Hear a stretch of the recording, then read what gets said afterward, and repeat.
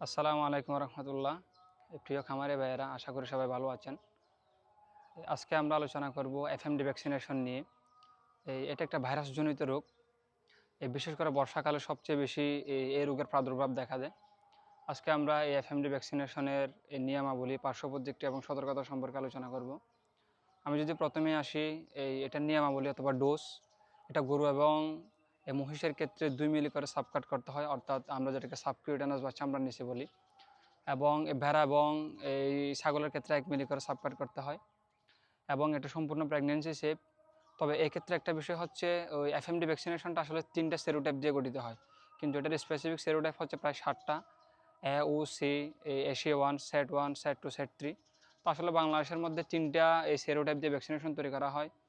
যদিও এটা 100% কার্যকরীভাবে কাজ করে না, কিন্তু কথা হচ্ছে আমরা সতর্কতার সহিত আমাদের বাংলাদেশে যে সেরোটাইপগুলো সবচেয়ে বেশি পাওয়া যায়, এগুলো দিয়ে আমরা ভ্যাকসিনেশন তৈরি করতে পারি এবং এই প্রতিরোধ ক্ষমতা গড়ে তুলতে পারি। তো আমাদের অবশ্যই এই এফএমডি থেকে বাঁচার জন্য অথবা প্রতিরোধ ব্যবস্থা হিসেবে অবশ্যই ভ্যাকসিনেশন করতে হবে।